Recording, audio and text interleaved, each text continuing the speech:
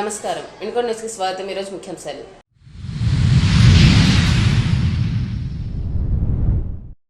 ప్రారంభమైన 69వ ఆంధ్రప్రదేశ్ రాష్ట్ర స్థాయి స్కూల్ గేమ్స్ ఫెడరేషన్ అంతర్ జిల్లా బాలుర బాలికల కబడ్డీ టోర్నమెంట్ ముఖ్య అతిథిగా హాజరై ప్రారంభించిన ప్రభుత్వ చీఫ్ విప్ జీవి ఆంజనేయులు.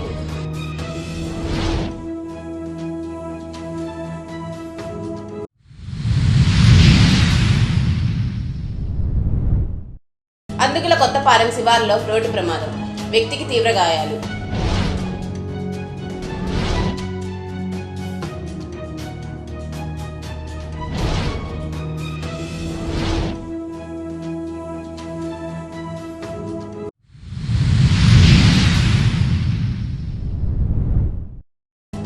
పురపాలక సంఘం ఆధ్వర్యంలో స్వచ్ఛాంధ్ర మన పరిశుభ్రత మన ఆరోగ్యం కార్యక్రమం. పర్యావరణ పరిరక్షణ మనందరి బాధ్యత అని వెల్లడి.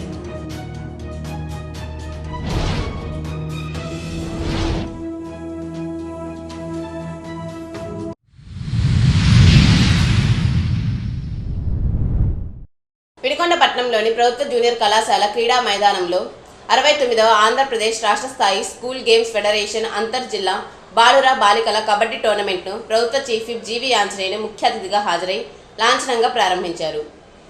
రాష్ట్రంలోని వివిధ జిల్లాల నుంచి వచ్చిన క్రీడాకారిణులు ఉత్సాహంగా ఈ టోర్నమెంట్లో పాల్గొంటున్నారు. యువత క్రీడల ద్వారా శారీరక, మానసిక ఉల్లాసాన్ని పొందవచ్చని, క్రీడా స్ఫూర్తిని పెంపొందించుకోవాలని జీవి ఈ సందర్భంగా ఆకాంక్షించారు. కార్యక్రమంలో నాయకులు, క్రీడా సంఘాలు, విద్యార్థులు, క్రీడాభిమానులు పెద్ద సంఖ్యలో పాల్గొన్నారు.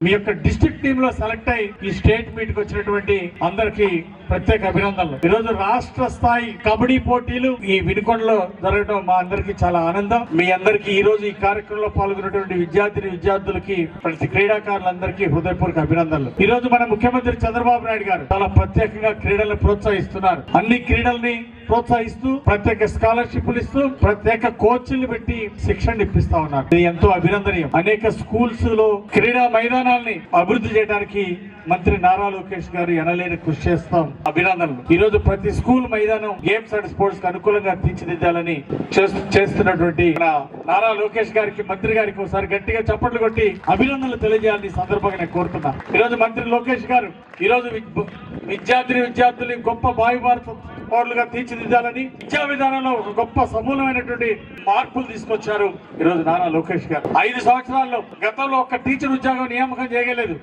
ఒక్క పీఈటీని కూడా నియామకం చేయలేదు 5 సంవత్సరాల వైసీపీ పాలనలో. కానీ ప్రతి సంవత్సరం రిక్రూట్ చేస్తామని మాయమాటలు చెప్పి మోసం చేశారు. ఈ రోజు రాష్ట్ర వ్యాప్తంగా 16,400 ఉద్యోగాల్ని ప్రభుత్వం రిక్రూట్ చేసింది.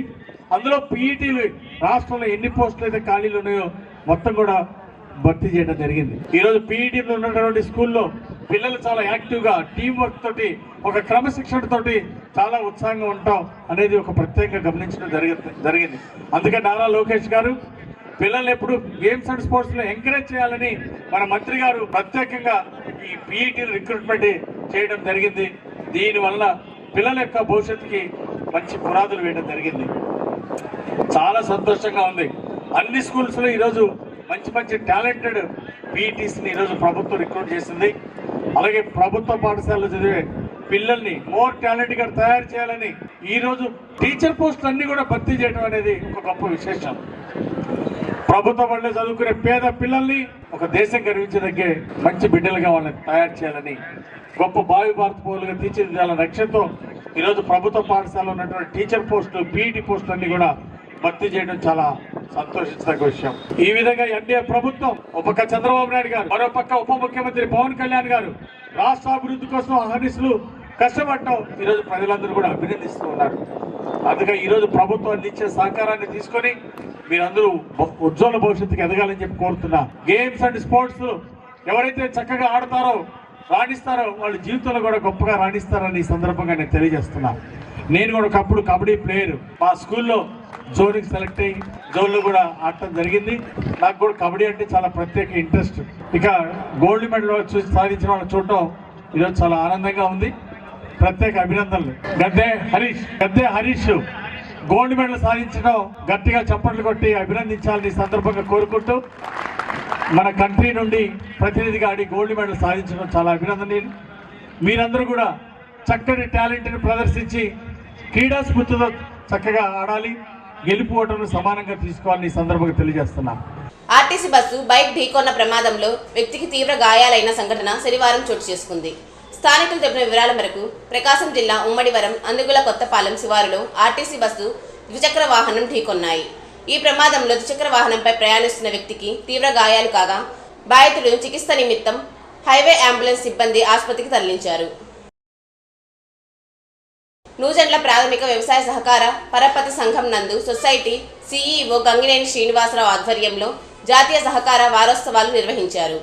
ఈ కార్యక్రమానికి ముఖ్య అతిథిగా సొసైటీ చైర్మన్ బచ్చు అంజిరెడ్డి హాజరై సహకార పతాకాన్ని ఎగరవేశారు. ఈ సందర్భంగా సొసైటీ చైర్మన్ బచ్చు అంజిరెడ్డి మాట్లాడుతూ కుల మతాలకు అతీతంగా అన్ని వర్గాల ప్రజలు అభివృద్ధికి తన వంతు కృషి చేస్తానని తెలిపారు. ప్రాథమిక వ్యవసాయ సహకార పరపతి సంఘంలో తక్కువ వడ్డీకి రైతులకు రుణాలు ఇవ్వడం జరుగుతుందని, అలాగే ఎరువులు సకాలంలో తక్కువ రేటుకి రైతులందరికీ అందుబాటులో తీసుకువచ్చి పంపిణీ చేయడం జరిగిందని తెలిపారు. అనంతరం సహకార సంఘం ప్రతిజ్ఞ చేశారు.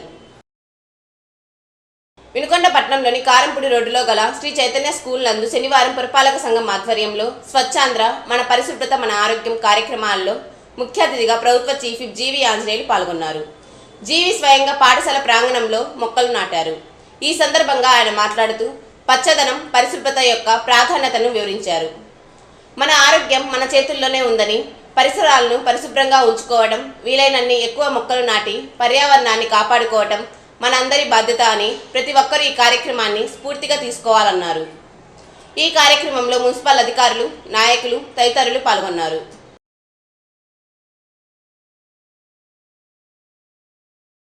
టూ ఇయర్స్ క్రితం ఎవరన్నా వచ్చి మీకు ఇలా నేర్పారా? బాబు నేర్పారా ఎవరన్నా? 5 ఏళ్ళు వైసీపీ పాలనలో ఇలాంటి ఏమి ఉండవు. చెత్త మీద పన్ను వసూలు చేశారు.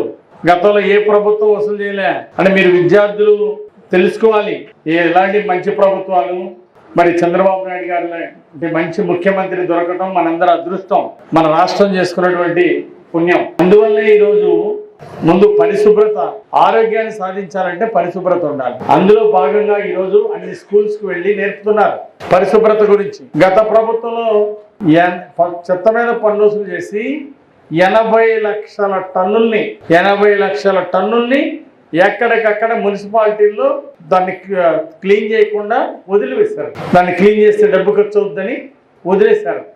దానివల్ల అనారోగ్యాలు, కాలుష్యమైనటువంటి వాతావరణం, ఒక రకమైనటువంటి పాయిజన్ గ్యాసులు, విష జ్వరాలు రావడం, ఇలా 5 ఏళ్ల వైసీపీ ప్రభుత్వంలో గత పాలకులు పూర్తిగా ఆరోగ్యాన్ని గాలికి వదిలేశారు, పరిశుభ్రతని పట్టించుకోలేదు. దానివల్ల ప్రజలకు ఎంతో నష్టం జరిగింది. కానీ ఈరోజు మన ముఖ్యమంత్రి చంద్రబాబు గారు స్వర్ణాంధ్రప్రదేశ్ సాధించి భావితరాలు మీ అందరికి ఇవ్వాలనే లక్ష్యంతో పనిచేస్తున్నారు. అలాగే మన రాష్ట్ర ప్రజలందరూ మంచి ఆరోగ్యంగా ఉండాలి, ఆరోగ్యాంధ్రప్రదేశ్ సాధించాలనే లక్ష్యంతో మనం ముందుకెళ్తున్నాం. అందుకోసం ఆరోగ్యాంధ్రప్రదేశ్ సాధించాలంటే ప్రతి ఒక్కరు ఆరోగ్యంగా ఉండాలి. ప్రతి ఒక్కరు ఆరోగ్యంగా ఉండాలంటే పరిశుభ్రత పాటించడం చాలా ముఖ్యం. అందువల్ల పరిశుభ్రత పాటించడంలో భాగంగా చేతులు బాగా శుభ్రంగా కడుక్కోకపోతే ఇక్కడ బ్యాక్టీరియా చేరుతుంది. ఈ బ్యాక్టీరియా మన తినే పదార్థాల ద్వారా మన బాడీలోకి పొట్టలోకి వెళ్తుంది. దానివల్ల అనేక జబ్బులు వచ్చే ప్రమాదం ఉంది, ముఖ్యంగా మన గోళ్ళు ద్వారా. అట్లాగే మన చేతుల్లో బ్యాక్టీరియా ఇక్కడ పేరుకుపోతుంది. అందువల్ల ఏం చేయాలి? మనం ఆరోగ్యంగా ఉండాలంటే హ్యాండ్ వాష్ చాలా డిఫరెంట్ యాంగిల్స్లో చూపించారు ఇందాక శానిటరీ ఇన్స్పెక్టర్ ఇస్మాయిల్ గారు. ఆ విధంగా అందరూ ప్రతిరోజు భోజనం చేసే ముందు, అలాగే కొంతమంది ముందు బాగా కడుక్కుంటారు, భోజనం చేసినా సరిగ్గా కడుక్కోరు, అడావుడికి చేయగడుక్కుని వెళ్ళిపోతారు. ఇక్కడ మనం తిన్న తర్వాత ఆహార పదార్థాలన్నీ ఇక్కడ గమ్లాగా మిగిలిపోతాయి. దాంట్లో 1 గంటలోనే బ్యాక్టీరియా చేరిపోతుంది. ఆ బ్యాక్టీరియా అంతా మళ్ళీ లోపలికి వెళ్తుంది బాడీలోకి. కాబట్టి ఇది చాలా ప్రమాదం. కాబట్టి ప్రతిరోజు భోజనానికి ముందు ఈ 20 సెకండ్లు డిఫరెంట్ యాంగిల్స్ లో చేయగడుక్కోవడం, అట్లాగే భోజనం తర్వాత కూడా కడుక్కోవాలి. అందరూ చేస్తారు కదా, వెరీ గుడ్. అంతేకాకుండా మన భారతీయులందరూ టాయిలెట్కి వెళ్ళినప్పుడు చేతితో వాటర్తో కడుక్కోవడం అలవాటు. ఇతర దేశాల్లో అయితే మళ్ళీ చేతికి బ్యాక్టీరియా అంటుతుందని వాళ్ళు పేపర్ తోటి టాయిలెట్కి వెళ్ళినప్పుడు ముందు పేపర్ తోటి క్లీన్ చేసుకొని తర్వాత వాటర్తో చేస్తారు, సేఫ్టీ వాడుతుంటారు. కానీ ఇక్కడ మన ఇండియాలో ఇలా చేస్తేనే మన వాళ్ళకి తృప్తి. అంటే చేతితోటి మనం మరి టాయిలెట్కి వెళ్ళి వచ్చినాక క్లీన్ చేసినప్పుడు ఆ బ్యాక్టీరియా అంతా మనం శుభ్రంగా కడుక్కున్నా కానీ బ్యాక్టీరియా మిగిలిపోతుంది. కొన్ని లక్షల బ్యాక్టీరియా ఉంటుంది మనం షిట్కి వెళ్ళినప్పుడు. ఆ షిట్లో కొన్ని లక్షల బ్యాక్టీరియా ఉంటుంది. అది మనం కడుక్కున్నప్పుడు మన చేతి కడుతుంది. అది పోవాలంటే ఏం చేయాలి? Hand wash compulsory. సో టాయిలెట్కి వెళ్ళిన తర్వాత హ్యాండ్ వాష్ చక్కగా చేసుకోవాలి. ఇది ఫస్ట్ మీరు చేయాలి. తర్వాత మీ కుటుంబ సభ్యులందరికీ అలవాటు చేయాలి. ఆ తర్వాత మీ బంధువులందరికీ చెప్పి ఇది ఆరోగ్య సూత్రం ఇక్కడ మున్సిపాలిటీ నుండి వచ్చి చెప్పారు, అలాగే డాక్టర్లు కూడా వచ్చి చెప్పారు, ఇది పాటిస్తే మంచిదని మీ బంధువులకు అలవాటు చేయాలి, మీ స్నేహితులందరికీ అలవాటు చేయాలి, మీ కుటుంబ సభ్యులకి అలవాటు చేయాలి. మీరు లైఫ్ లాంగ్ పాటించాలి. ఎంతకాలం పాటించాలి? మీరు పాటిస్తూ ఇంకేం చేయాలి? అందరూ పాటించేట్లు నేర్పాలి. నేర్పుతారా మరి? Very good. ఆ విధంగా ఈ పరిశుభ్రత వల్ల మనం ఆరోగ్యాన్ని సాధించవచ్చు. అలాగే మనం మొక్కలు నాటాం. ఈ మొక్కలు నాటడం వల్ల మనం పీల్చేటువంటి ఆక్సిజన్ ఇచ్చేది మొక్కలు. అలాగే మనం వదిలేసినటువంటి కలుషితమైనటువంటి కార్బన్ డైఆక్సైడ్ పీల్చేవి చెట్లు. కాబట్టి ఈరోజు వాతావరణ సమతుల్యం కావాలి అంటే చెట్లు బాగా పెంచితే చెట్లు ఎక్కడ ఉంటే అక్కడ మంచి ఆక్సిజన్ లభిస్తుంది. సకాలంలో వర్షాలు పడతాయి, పంటలు బాగా పండుతాయి. ఇట్లా ఎన్నో ఉపయోగాలు ఉన్నాయి. కాబట్టి మీరు మీ ఇళ్ళ దగ్గర, అలాగే మీకు పొలాలు ఉంటే పొలాల్లో అట్లా చక్కగా గట్టు వెంట అట్లా మంచిగా చెట్లు పెంచాలి. చెట్లు పెంచడం అందరూ కూడా అవకాశం ఉన్న కదా చెట్లు పెంచి మరి ప్రోత్సహించాలని సందర్భంగా తెలియజేస్తూ, అందరూ బాగా చదువుకొని చదువుతో పాటు ఆటలు పాటలు, చైతన్య స్కూల్ అలాగే చైతన్య కాలేజెస్ కూడా ఉన్నాయి. మరి చైతన్య స్కూల్ అంటే చక్కగా చదువుతో పాటు గేమ్స్, స్పోర్ట్స్ అన్ని కూడా ఉంటాయి. మరి ఆ విధంగా మీరు కల్చరల్ ప్రోగ్రామ్స్ లో ఉండాలి, గేమ్స్ లో ఉండాలి, ఆటపాటలు అన్నింటిలో ఉండాలని ఈ సందర్భంగా తెలియజేస్తూ, మన ప్రిన్సిపల్ గారికి, టీచర్స్ అందరికీ అభినందనలు తెలియజేస్తూ, మీ అందరూ కార్యక్రమంలో చక్కగా పాల్గొన్నందుకు అందరికీ శుభాకాంక్షలు తెలియజేస్తూ, మరి ఈరోజు ఇవి పాటించి మీరందరూ ఆరోగ్యంగా ఉంటారని, అందరికీ ఈ విషయాలు నేర్పుతారని ఆశిస్తూ, భగవంతుడు మీకు మంచి ఆయురారోగ్యాలు ఇవ్వాలని, మీకు బాగా చదువు ఇవ్వాలని ఆ దేవుని ప్రార్థిస్తూ మీకు బంగారు భవిష్యత్తు ఇవ్వాలని. వినుకొండలోని పెద్ద శివాలయంలో కోటి దీపోత్సవ కార్యక్రమం అంగరంగ వైభవంగా జరిగింది. వేలాది మంది మహిళా భక్తులు ఈ కార్యక్రమంలో పాల్గొని దీపాలు వెలిగించారు. శివలింగం ఆకారంలో వెలిగించిన దీపాల కాంతులు ఆలయమంతా మారుమోగిన ఓంకారనాదంతో ఆలయాన్ని కనువిందు చేశాయి. ఈ కన్నుల పండుగ కార్యక్రమంలో భక్తులతో పాటు ఎమ్మెల్యే జీవి ఆంజనేయులు పాల్గొన్నారు.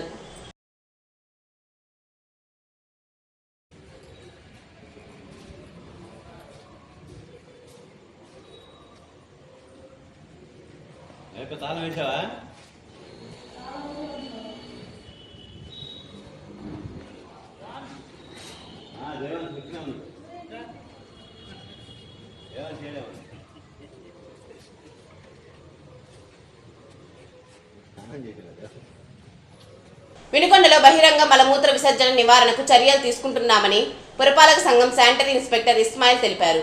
శనివారం ఆయన ఓ ప్రైవేటు పాఠశాలలో జరిగిన స్వచ్ఛాంధ్ర స్వర్ణాంధ్ర కార్యక్రమంలో పాల్గొని మాట్లాడారు. ప్రతి విద్యార్థి పరిసరాలను పరిశుభ్రంగా ఉంచుకోవాలని, సింగిల్ యూజ్ ప్లాస్టిక్ వాడకం నివారించాలని, బహిరంగ మలమూత్ర విసర్జన నివారణకు తోడ్పడాలని సూచించారు.